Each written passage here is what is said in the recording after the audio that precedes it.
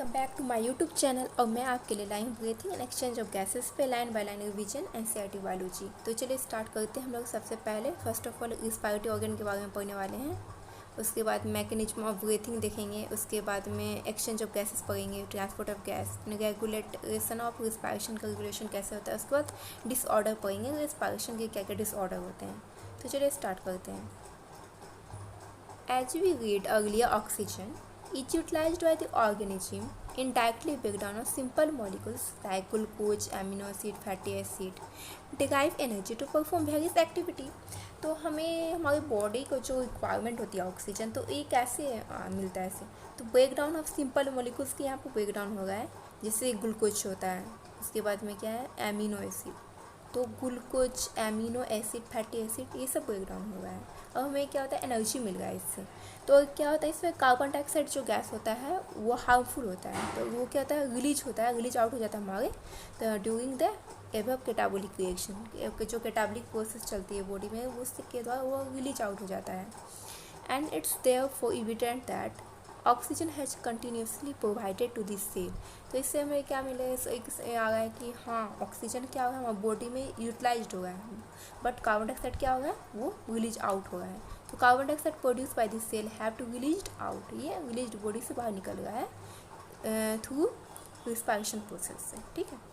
And this process of exchange of oxygen क्या होगा, हमारा जो ऑक्सीजन का एक्सचेंज कर रहे हैं कहाँ से, किससे, एटमॉस्फेयर से, with carbon dioxide produce by the cell is called breathing. इसी प्रोसेस को हम लोग ब्रीथिंग बोलते हैं।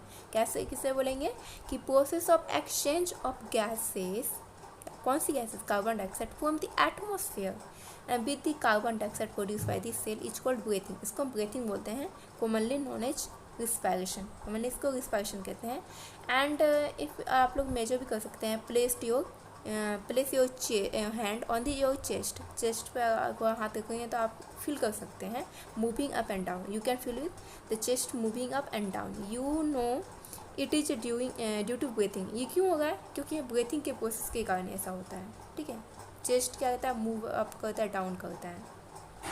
तो हम लोग सांस कैसे लेते हैं, how do we breathe. The respiratory organ and the mechanism of the breathing are described the following section। हम लोग यहाँ पर पढ़ने वाले हैं इसके बारे में। तो respiratory organ यहाँ पे हम लोग फर्स्ट ऑफ ऑल देखने वाले हैं।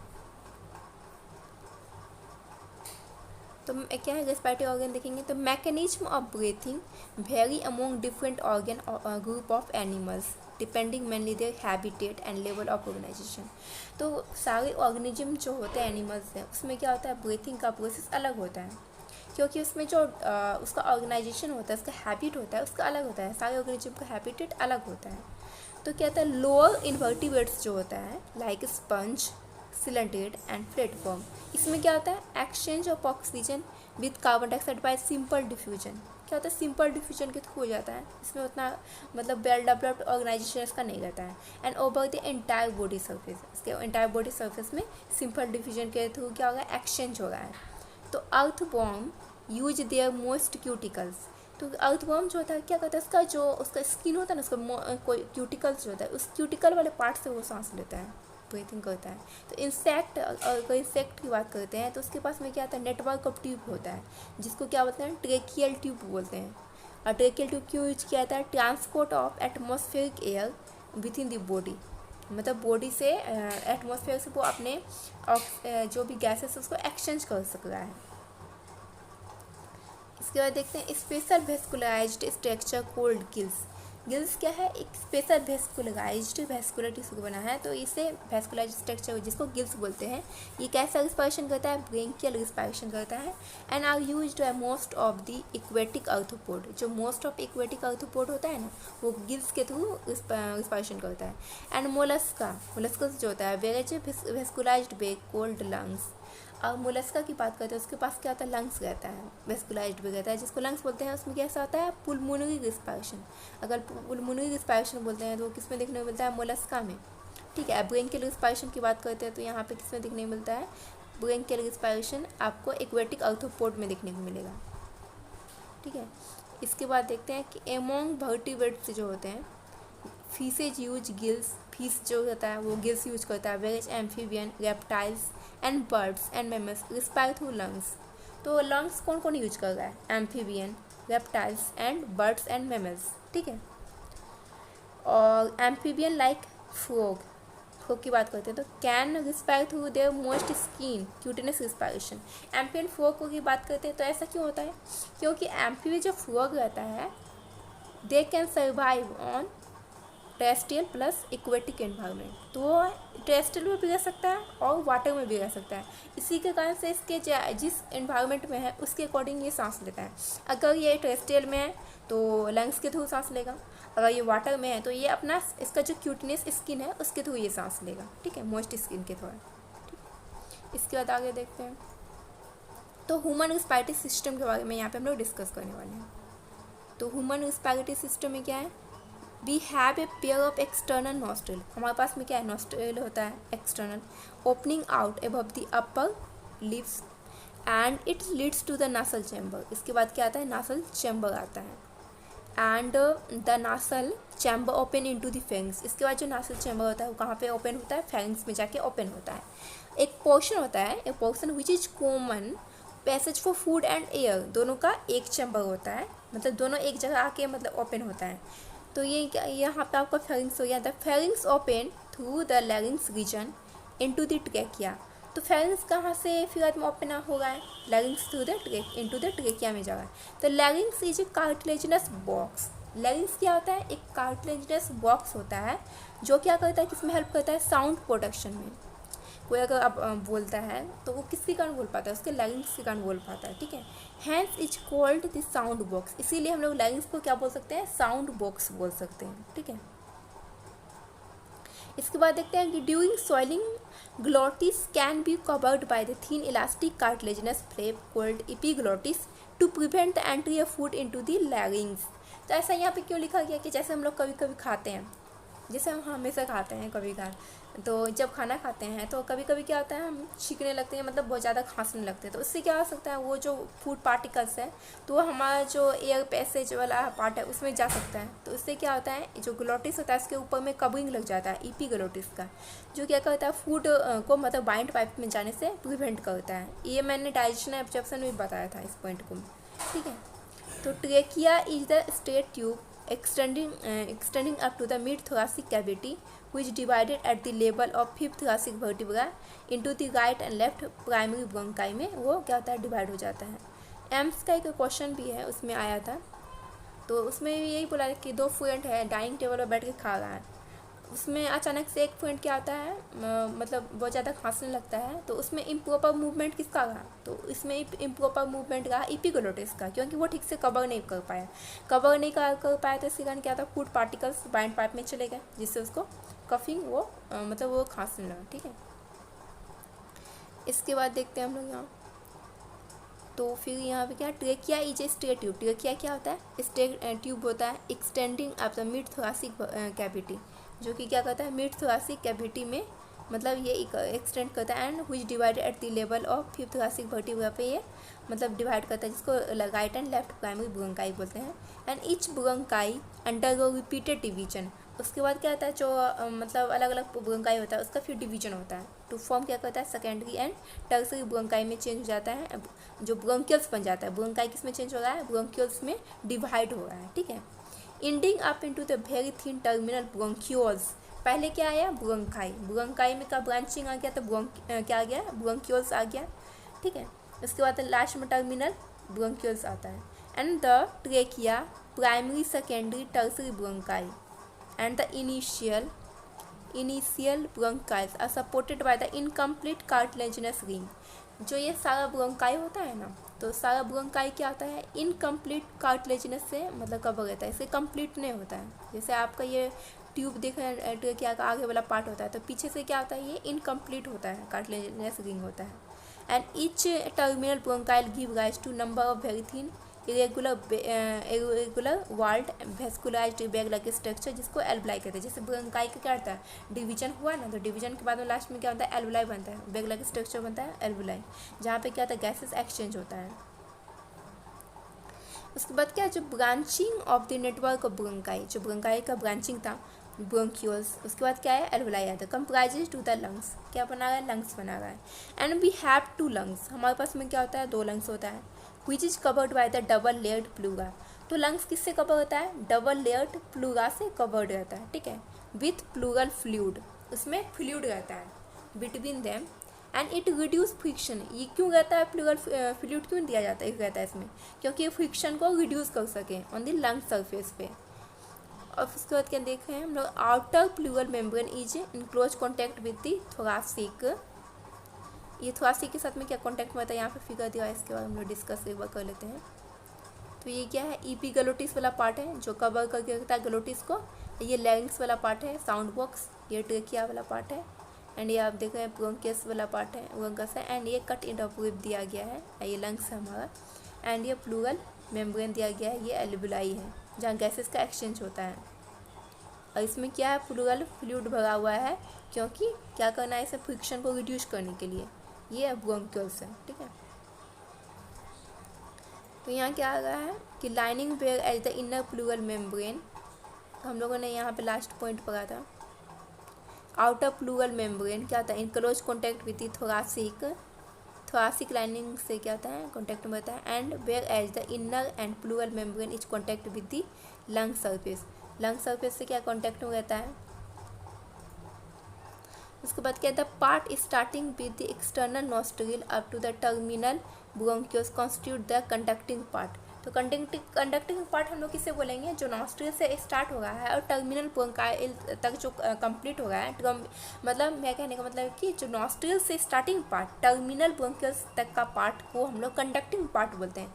यहाँ पे क्या कंडक्टिंग कहने का मतलब क्या, ये कंडक्ट कर रहा है किसी चीज़ को, मतलब लेके जा रहा है, कंडक्ट कर रहा है। जैसे अगर हम लोग सांस ले रहे हैं, ब्रीथिंग कर रहे हैं, तो ऑक्सीजन को जो लेके जा रहा है, ले गए हैं, तो वो क्या कर रहा है, जो नॉस्ट्रिल से टर्मिनल ब्रोंक्यूल्स वाला पार्ट में कंडक्ट करेगा, ठीक है, इसको कंडक्टिंग पार्ट बोलते हैं। कंडक्टिंग पार्ट कहाँ से स्टार्ट होता है, एक्सटर्नल नॉस्ट्रिल टू टर्मिनल ब्रोंकाइल्स, ये याद रखना आप, इसको कंडक्टिंग पार्ट बोलते हैं। उसके बाद में हम लोग देखते हैं एक्सचेंज वाला पार्ट, एक्सचेंजिंग पार्ट किसे बोलते हैं, तो एक्सचेंजिंग पार्ट में क्या आता है, alveoli there duct from the respiratory exchange part, जो एल्वुलाई उसके बाद जो टर्मिनल ब्रोंकाई जो था ब्रोंकियस था, उसके बाद जो स्टार्ट होता है वो क्या होता है हमारा एक्सचेंज पार्ट होता है। तो एक्सचेंज पार्ट में हमारा एल्वुलाई आता है, जहाँ पे क्या होता है जो भी मतलब हम लोग जैसे सांस लिए तो जितना भी पार्टिकल्स पहले गया तो वो तो क्या होगा, पहले क्लीन होगा, प्यूरीफाई होगा, उसके बाद में क्या करेंगे हम लोग उसको यूटिलाइज करेंगे तो पहले प्यूरीफाई होता है ऑफ द रेस्पिरेटरी सिस्टम, ठीक है। Exchange part of the respiratory system होता है कौन, alveoli. And the conducting part transport the atmospheric air to the alveoli. Conducting part में क्या होगा, एटमॉस्फेरिक एयर को मतलब कंडक्ट किया जा रहा है एल्वुलाई तक कंडक्ट किया जा रहा है, ठीक है। और क्या उसके बाद होगा clears it's from foreign particles. तो जैसे हम लोग एटमॉस्फेरिक एयर आ रहा है तो उसमें क्या होता है, कुछ हार्मफुल पार्टिकल्स भी आ जाते हैं साथ में, तो उसका क्या होता है पहले प्यूरिफिकेशन हो चलता है, ठीक है। तो कुछ फॉरेन पार्टिकल आ गया तो उसके बाद क्या humidify, also bring to air to the body temperature, ठीक है। And exchange part is the site of the actual diffusion of oxygen and carbon dioxide between blood and atmospheric air.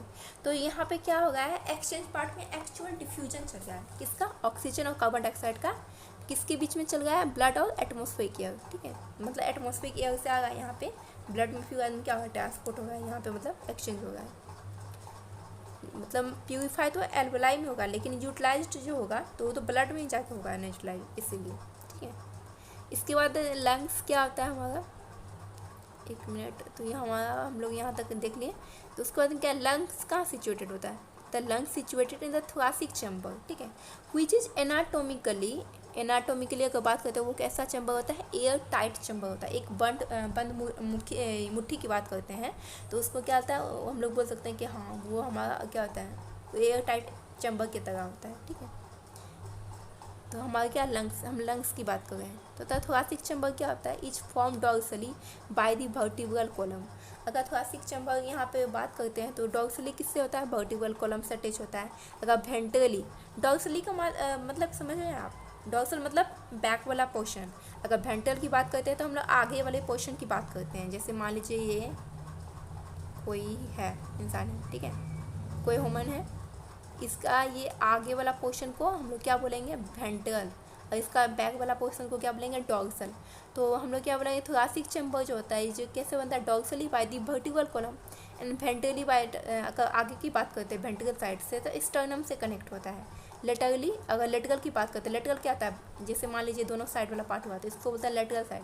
तो laterally किससे होता है, रिब्स। जैसे मान लीजिए sternum है इसका, तो यहाँ सारा रिब्स है ना, तो लेटरली क्या है, रिब्स से अटैच है ये, ribs on the lower side of the dome shape diaphragm. और लोअर साइड में क्या आता है, डायफ्राम दिखने को मिलता है। The anatomical setup of the lungs is thorax is such that any change in the volume of the thoracic cavity will reflected in the lungs of the pulmonary cavity। अगर मान लीजिए अगर थोड़ा सा भी कुछ भी वॉल्यूम में अगर चेंजिंग आया तो क्या करेगा, मतलब लंग्स को रिफ्लेक्ट कर देगा, मतलब उसकी कैविटी में कुछ अलग ही मतलब चेंजिंग देखने को मिलेगा, मतलब प्रॉब्लम क्रिएट हो सकता है। And such an arrangement is essential for breathing. और ऐसा मतलब अरेंजमेंट क्या है, किसके लिए एसेंशियल होता है, ब्रीथिंग के लिए इंपॉर्टेंट होता है। And we can not directly alter the pulmonary volume. और हम लोग पुलमोनरी वॉल्यूम को डायरेक्टली अल्टर नहीं कर सकते, चेंज नहीं कर सकते हैं। तो रिस्पायरेशन में कुछ प्रोसेस इन्वॉल्व होते हैं, फ्लोविंग स्टेप होता है। तो क्या क्या है, ब्रीथिंग और pulmonary ventilation by which the atmospheric air is drawn in and carbon dioxide is alveolar release out. Release out मतलब ये बाहर निकलेगा, ड्रॉन इन अंदर आएगा, ठीक है, एटमॉस्फेरिक एयर। उसके बाद क्या आता है, डिफ्यूजन ऑफ गैसेस। तो गैसेस में क्या है, डिफ्यूजन किसके साथ, ऑक्सीजन और कार्बन डाइऑक्साइड का किसके एक्रोस होगा, एलवुलर मेम्ब्रेन के एक्रोस होगा। And transport of gases by blood. जो गैसेस का जो ट्रांसपोर्ट होना है वो किसके थ्रू होता है, ब्लड के थ्रू होता है, ठीक है। A diffusion of oxygen carbon dioxide between blood and tissue. ये जो डिफ्यूजन चल रहा है तो किसके उसमें होगा, यहाँ ब्लड और टिश्यू के बीच में होने वाला है, ठीक है। एंड उसके बाद क्या होगा, यूटिलाइजेशन ऑफ ऑक्सीजन। क्या होगा, ऑक्सीजन को यूटिलाइज किया जाएगा by the cell. And catabolic reaction, ठीक है, किसके थ्रू होता है, कैटाबोलिक रिएक्शन यहाँ पे चलता है। And resultant release of carbon dioxide and cellular respiration, ठीक है, हम लोग इसमें चैप्टर 14 में पढ़े थे। तो यहाँ पे एक बात बताना चाह रही हूँ कि यूटिलाइजेशन जो ऑक्सीजन यहाँ चल रहा है तो क्या होगा, हमारा बॉडी को क्या होता है, मतलब हमारा बॉडी को ऑक्सीजन का रिक्वायरमेंट होता है, मतलब बॉडी के जितना भी पार्ट होता है तो उसको ऑक्सीजन का रिक्वायरमेंट होता है। तो ये जो ब्रीथिंग जो हम लोग करते हैं, ब्रीथिंग के थ्रू ही हमारे बॉडी को ऑक्सीजन मिल पाता है, ठीक। इसके बाद आगे देखते हैं मैकेनिज्म ऑफ ब्रीथिंग, कि ब्रीथिंग का जो मैकेनिज्म है वो कैसे चलता है। तो ब्रीथिंग इन्वॉल्व 2 स्टेज। ब्रीथिंग में क्या होता है, 2 स्टेज इन्वॉल्व होता है। तो और हम लोग देखने वाले हैं, पहला क्या आता है, पहला होता है इंस्पायरेशन। इंस्पायरेशन मतलब लेना, हम लोग ब्रीथिंग सांस ले रहे हैं। ड्यूरिंग विच क्या होता है, एटमॉस्फेरिक एयर इज ड्रॉन इन, हम लोग एटमॉस्फेरिक एयर को क्या कर रहे हैं, अंदर ले रहे हैं, ठीक है। एक्सपायरेशन में क्या होता है, by which alveolar air is released out, alveoli में जो एयर था ना उसको रिलीज्ड आउट, बाहर निकाला जाता है, ठीक है। जो मतलब हार्मफुल गैसेस हैं उसी को रिलीज आउट किया जाता है एक्सपायरेशन, जैसे कार्बन डाइऑक्साइड बोल सकते हैं हम लोग। उसके बाद क्या है, the movement of air in and out of the lungs is carried out by creating a pressure gradient between the lungs and the atmosphere. तो यहाँ पर भी क्या वर्क हो रहा है, प्रेशर ग्रेडियंट एक फ्लो में चल रहा है, ग्रेडियंट में चल रहा है। तो यहाँ पे एयर जो आ रहा है तो एयर आना क्या होगा, यहाँ पे एक ग्रेडियंट पे चल रहा है। तो यहाँ पे कैसे हम लोग बता सकते हैं इसको, इंस्पायरेशन कैन अकर। इंस्पायरेशन कब होगा, ये उसी कंडीशन में होगा जब if the pressure with in the lungs, lungs का जब प्रेशर या इंट्रा पुलमोनरी प्रेशर बोल सकते हैं, is less than the atmospheric pressure. तो क्या होगा, जब लंग्स का इंट्रापुलमोनरी प्रेशर कम हो, किससे कंपेयर टू एटमॉस्फेरिक प्रेशर। कहने का मतलब कि एटमॉस्फेरिक प्रेशर ज़्यादा हो बट लंग्स का प्रेशर कम हो, तो उस कंडीशन में क्या होगा, इंस्पायरेशन होगा। मतलब जब भी क्या होता है, मैंने क्या बताया था, अगर कोई सिंपल डिफ्यूजन का प्रोसेस चलता है तो वो हमेशा हाई टू लो जाता है। मैंने बहुत बार अपने वीडियो में बताया है कि जब भी सिंपल डिफ्यूजन कोई डिफ्यूज हो गया है तो वो हमेशा हाई टू लो जाता है। तो यहाँ पे क्या है, हम लोग इंस्पायरेशन करना चाह रहे हैं तो हमें क्या है, बाहर का एटमॉस्फेरिक प्रेशर क्या है, ज़्यादा है और अंदर में कम है, तो क्या होगा, बाहर से अंदर आ रहा है, ठीक है। तो ये क्या है आपका, मतलब एक डिफ्यूजन, सिंपल डिफ्यूजन चल रहा है तो बाहर से अंदर आया, तो इसमें क्या होता है, there is a negative pressure in the lungs. तो यहाँ पे क्या है, प्रेशर अंदर का बहुत कम है, नेगेटिव में है। And with respect to the atmospheric pressure, जो कि क्या किस में चल रहा है, इंस्पायरेशन की प्रोसेस में। इसका जस्ट अपोजिट हम लोग किस में बोल देंगे कि एक्सपैंशन पोर्शन में बोलेंगे। तो एक्सपैंशन क्या होता है? Similarly expansion take place when the intrapulmonary pressure is higher than the atmospheric pressure. तो यहाँ पे क्या होगा, ये भी सिंपल डिफ्यूजन के थ्रू चलेगा। जैसे मान लीजिए अंदर में बहुत ज़्यादा पे, जैसे हम लोग सांस ले लिए तो अंदर में क्या प्रेशर ज़्यादा बढ़ गया। अब क्या होगा, प्रेशर ज़्यादा बढ़ गया तो प्रेशर अंदर से क्या होगा, बाहर जाएगा। किसके थ्रू? डिफ्यूजन के थ्रू। तो हाई टू लो जा रहा है, तो बाहर एक्सपायरेशन में भी क्या हो रहा है, हाई टू लो चल रहा है। ठीक है, इसके बाद देखेंगे the diaphragm and specialised set of muscles, जिसको क्या बोलते हैं, external and internal intercostal between the ribs. ये जो इंटरकोस्टल मसल्स होता है वो कहाँ पर रहता है? रिब्स के बीच में दिखने को मिलता है, बिटवीन द रिब्स के। ठीक है, जैसे मान लीजिए ये तो हमारा था, यहाँ पे ये रिब्स है। ठीक है, ये स्टर्नम वाला पार्ट था, इससे रिब्स निकल इधर गया है। तो रिब्स में जो मसल्स होता है ना इसके बीच में, रिब्स के बीच में, तो ये क्या होता है, इस मसल को अंदर वाला को बोलेंगे इंटरनल इंटरकोस्टल मसल, और जो बाहर में रहेगा ना मसल्स उसको बोलेंगे एक्सटर्नल इंटरकोस्टल मसल्स। ठीक है, एंड ये क्या करता है, मतलब किस में हेल्प करता है? Help in generation of such gradient को जनरेट करने में हेल्प करता है। जैसे मतलब सांस अंदर लेना है, बाहर लेना है, तो हाई टू लो जो जा रहा है, सिंपल डिफ्यूजन चल रहा है, तो ये इंटरनल कोस्टल मसल जो होता है, ये एक्सटर्नल, ये दोनों हेल्प करता है। Inspiration is initiated by the contraction of the diaphragm. तो इंस्पायरेशन कब जनरेट होगा? ये तभी इनिशिएट होगा जब कॉन्ट्रैक्शन ऑफ डायफ्राम में कॉन्ट्रैक्शन होगा, which increase volume of thoracic chamber in the anterior posterior axis। तो इस कंडीशन में क्या होगा, जैसे डायफ्राम कॉन्टैक्ट कर रहा है तो इसमें क्या होगा, वॉल्यूम इंक्रीज कर रहा है थोरासिक, मतलब बाहर से क्या होगा, अंदर आना, मतलब जो एयर एटमॉस्फेयर की एयर अंदर आना स्टार्ट हो जाएगा। And the contraction of the external intercostal muscles lift up to the ribs. तो इससे हम लोग यहाँ पे 2 पॉइंट हमें मिला कि इंस्पायरेशन के प्रोसेस में क्या होता है। तो इंस्पायरेशन के प्रोसेस में कॉन्ट्रैक्शन ऑफ डायफ्राम होता है। ठीक है, दूसरा क्या होता है, contraction of external intercostal muscle. किसका होगा contraction? Diaphragm plus external intercostal muscles का होगा, जो क्या कर रहा है, लिफ्ट अप द रिब्स को मतलब ऊपर कर रहा है। एंड द उसके बाद क्या कर रहा है, the sternum causing increase in the volume of thoracic chamber in the dorsoventral axis. इसके कारण क्या कर रहा है, यहाँ पर प्रेशर वॉल्यूम इंक्रीज कर रहा है थोरासिक कैविटी का। And the overall increase in thoracic volume cause the similar increase in the pulmonary volume. इसके कारण क्या हो रहा है, पल्मोनरी वॉल्यूम इंक्रीज कर रहा है। And increase in pulmonary volume decrease the intra pulmonary pressure to less than the atmospheric pressure. इसके कारण क्या होगा, यहाँ पे इंट्रा पल्मोनरी प्रेशर क्या होगा, डिक्रीज कर रहा है, जो कि क्या है, एटमॉस्फेरिक प्रेशर से कम है। विच फोर्स, जो क्या फोर्स कर रहा है air from the outside to move into the lungs, मतलब बाहर से एयर को अंदर आने में हेल्प कर रहा है ये। ठीक है, जिसको हम लोग इंस्पायरेशन प्रोसेस बोलते हैं। इसके बाद देखते हैं आगे रिलैक्सेशन ऑफ द डायफ्राम। पहले क्या हुआ था, कॉन्ट्रैक्शन हुआ था, अब क्या होगा, रिलैक्सेशन, क्योंकि जितना भी एयर लिए अब क्या करना है, उसको बाहर निकालना है।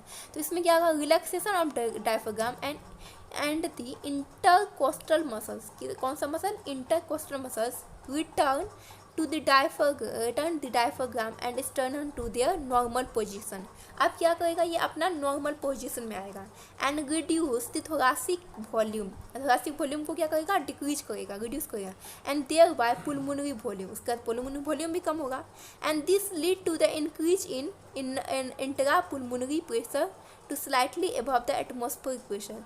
इसके बाद में क्या होगा, इसके कारण जो इंट्रा पुलमोनरी प्रेशर था वो इंक्रीज कर जाएगा, जिसके कारण क्या होगा, हाई टू लो जाएगा। मैंने बताया था ना, जो मतलब जो डिफ्यूज एक्सपैंशन भी होगा तो क्या होगा, हाई टू लो जाएगा। तो अंदर में प्रेशर ज़्यादा है तो आपका हाई टू लो बाहर निकलते जाएगा। ठीक है, and the atmospheric pressure causing the expulsion of air का क्या करा, एक्सपल्सन मतलब बाहर रिलीज आउट करा है फ्रॉम द लंग्स के पोर्शन से, जिसको क्या बोलते हैं हम लोग, एक्सपायरेशन बोलते हैं। ठीक है, एक्सपायरेशन बोलते हैं।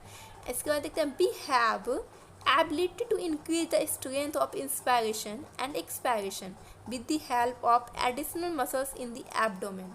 एब्डोमेन में एडिशनल मसल्स होता है हमारे पास, जिसके कारण हम लोग क्या कर सकते हैं, हम लोग के पास में एबिलिटी होता है सांस को रोकने का, सांस लेने का, ज़्यादा सांस लेने का, कम सांस लेने का। तो क्या था, हमारा एबिलिटी होता है।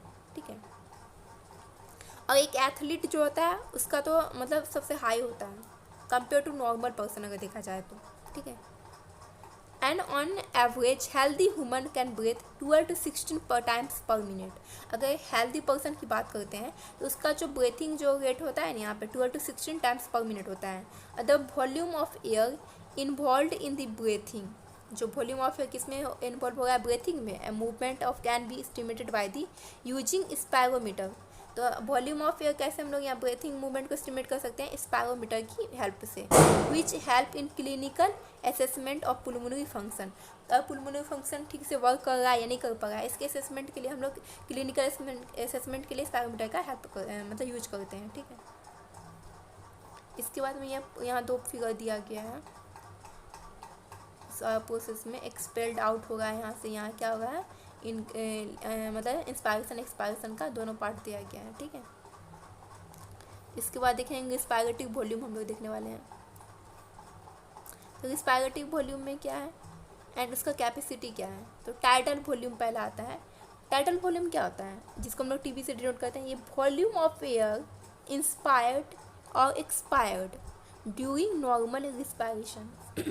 ये क्या होता है, नॉर्मल रिस्पायरेशन के प्रोसेस में चल रहा है।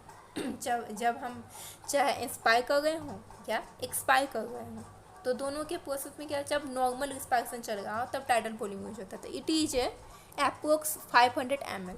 तो ये कितना होता है, 500 ml होता है। और क्या है, हेल्दी मैन कैन इंस्पायर और एक्सपायर अप्रोक्सीमेटली 6000 to 8000 ml पर ऑफ एयर पर मिनट। तो जो नॉर्मल इंसान होता है, पर्सन होता है, उसके पास में एबिलिटी होता है इंस्पायर एक्सपायर करने का कितना volume, 16,000 to 18,000 ml of air पर मिनट, ठीक है। 6000 and 8000 याद रखना, इसके अप्रोक्स में होता है। इसके बाद देखते हैं इंस्पायरेटरी रिजर्व वॉल्यूम, जिसको IRV से डिनोट करते हैं। ये क्या होता है, एडिशनल वॉल्यूम ऑफ एयर, मतलब एडिशनल में a person can inspire by forcible inspiration, मतलब फोर्सिबल मतलब कभी कभी होता है ना, हम लोग सांस ले रहे हैं तो ज़्यादा मतलब जानबूझ के और सांस लेने की कोशिश कर रहे हैं, तो इससे क्या एडिशनल हम लोग ले रहे हैं, ठीक है। तो ये क्या है, हमारा इंस्पायरेटरी जब वॉल्यूम में आ रहा है, फोर्स मतलब फोर्स से हम लोग इंस्पायरेशन कर रहे हैं, फोर्सिबल। तो इसमें क्या होता है, तो क्या इसका एवरेज कितना होता है, इसका होता है 2500 से 3000 ml होता है, ठीक है। इसके बाद देखते हैं एक्सपायरेटरी जब वॉल्यूम, एक्सपायरेटरी ERV से इसको डिनोट किया जाता है। और additional volume of air a person can expire, ये क्या होता है, additional volume of air person can expire by forcible expiration. इसमें क्या है, फोर्सिबल एक्सपायरेशन कर रहा है। इसका वैल्यू कितना है, एवरेज 1000 से 1100 ml होता है, ठीक है। इसके बाद देखते हैं रेजिडुअल वॉल्यूम। तो रेजिडुअल वॉल्यूम में क्या है, रेजिडुअल वॉल्यूम को RV से डिनोट करते हैं। And volume of air remaining in the lungs even after forcible expiration, this average 1100 ml to 1200 ml तक होता है। And by adding a few respiratory volume and described above on can derive various pulmonary capacity which can used in clinical diagnosis. तो ये clinical diagnosis में कैसे help करता है, जैसे मान लीजिए कभी कभी मतलब पहले ज़माना में होता था कि मतलब बच्चे अगर लड़की जन्म होता है तो वो पहले चलता था, तो मतलब उसको मार दिया जाता था। तो उसमें क्लिनिकल में कैसे पता किया जाता है कि हाँ इसका पोस्टमार्टम का किया जा रहा है, तो कैसे पता कर जाता है, इसका मतलब लंग्स के पार्ट को थोड़ा सा कट करके वाटर में डाला जाता था। अगर वो पानी में उसके में डाला जाता था, अगर उसमें एयर है पहले से, अगर रेसिडुअल वॉल्यूम अगर उसमें था तो वो क्या करेगा, मतलब वो नीचे ही रहेगा। अगर वो ऊपर में तैरने लगेगा, इसका मतलब कि मतलब उसमें एयर नहीं था, मतलब वो बच्चा मरा हुआ पैदा हुआ था। अगर उसमें मतलब वो नीचे बैठ गया तो मतलब उसके पहले से इसमें एयर था, मतलब बच्चा सांस लिया है जन्म के बाद में। तो इससे हम लोग पता कर पहले पोस्टमार्टम के थ्रू किया जाता था कि बच्चा मतलब जन्म लेके मारा गया कि मतलब पहले से मरा हुआ बच्चा पैदा हुआ। तो इसे क्लिनिकल डायग्नोसिस में किया जाता है, बहुत सारे में इस सब में किया जाता है पर्पस के लिए, ठीक है। इसके बाद देखते हैं इंस्पायरेटरी कैपेसिटी। तो इंस्पायरेटरी कैपेसिटी को हम लोग IC से डिनोट करते हैं। और ये क्या होता है, total volume of air a person can inspire, मतलब टोटल वॉल्यूम ऑफ एयर कितना पर्सन इंस्पायर कर रहा है आफ्टर ए नॉर्मल एक्सपायरेशन, मतलब नॉर्मल एक्सपायरेशन कर चुके हैं, उसके बाद में हम लोग एक इंस्पायर कर रहे हैं, तो उसके वॉल्यूम को ही, कैपेसिटी को ही हम लोग इंस्पायरेटरी कैपेसिटी बोलते हैं। जिसमें क्या क्या इंक्लूड होता है, tidal volume plus inspiratory reserve volume, TV plus IRV is equal to IC, inspiratory capacity. Expiratory capacity की बात करते हैं, इसको इसी से डिनोट करते हैं। और ये क्या होता है, total volume of air a person can expire after a normal inspiration. ये क्या होता है, मतलब एक person total volume of air जितना एक्सपायर किया उसके बाद में नॉर्मल इंस्पायरेशन के थ्रू, आफ्टर नॉर्मल इंस्पायरेशन मतलब सांस ले चुके हैं उसके बाद में हम लोग कितना वॉल्यूम को एक्सपायर कर रहे हैं, ये होता है एक्सपायरिटी कैपेसिटी। इसमें आता है tidal volume plus expiratory reserve volume is equal to expiratory capacity. Functional residual volume की बात करते हैं तो इसका FRC होता है, ठीक है, मतलब फुल फॉर्म FRC का फंक्शनल रेसिडुअल कैपेसिटी होता है। And volume of air that will remain in lungs after normal expiration, मतलब हम लोग एक्सपायरेशन कर भी लेते हैं ना तब पर भी एक वॉल्यूम जो होता है ना हमारा वहाँ पे रहता ही है लंग्स में, ठीक है। इसको इसमें क्या आता है, इंक्लूड होता है expiratory jump volume plus residual volume, ठीक है।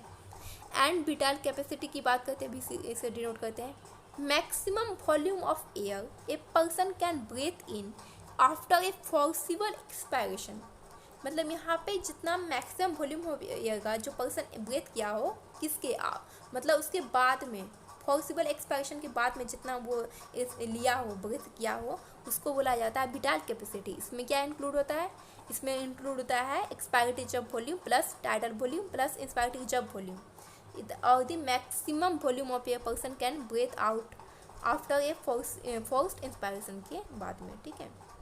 इसके बाद देखते हैं total lung capacity.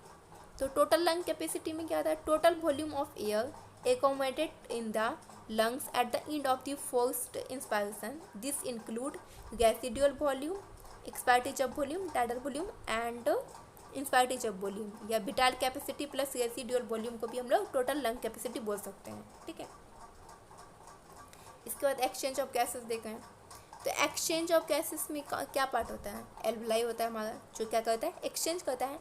Alveoli is the primary site of exchange of gases. Exchange of gases also occur between blood and tissue, blood और टिश्यू के बीच में चलता है। जैसे ऑक्सीजन और कार्बन डाइऑक्साइड क्या होता है एक्सचेंज होता है यहाँ पे in this site bye simple diffusion. किसके थ्रू होता है, simple diffusion mainly based on the pressure या concentration gradient.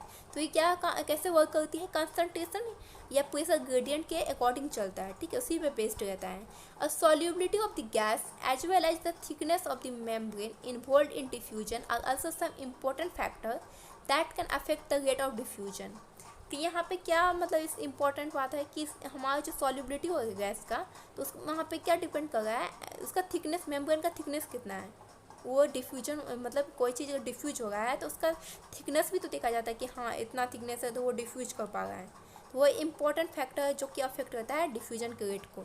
The pressure controlled by an individual gas is mixture of gases is called partial pressure. And इसको कैसे represent करते हैं, जैसे partial pressure oxygen का कहना है तो कैसे बोलेंगे PO2 बोलेंगे। अगर पार्शियल प्रेशर कार्बन डाइऑक्साइड का बोलना तो कैसे बोलेंगे PCO2 से डिनोट करेंगे फॉर कार्बन डाइऑक्साइड के लिए, ठीक है। और क्या है partial pressure of these two gases in the atmospheric air and the two side of diffusion given table दिया गया है यहाँ पे। एंड हम लोग यहाँ पे पहले देख लेते हैं। तो पार्शियल प्रेशर यहाँ पे हम लोग देखेंगे तो पार्शियल प्रेशर का हम लोग इंस्पायरिटी गैस ऑक्सीजन की बात करते हैं एटमॉस्फेरिक एयर में तो इसका वैल्यू कितना आता है 159 होता है। एल्वुलाई में कितना आता है 104 होता है। और ऑक्सीजनेटेड ब्लड में देखते हैं तो 40 होता है।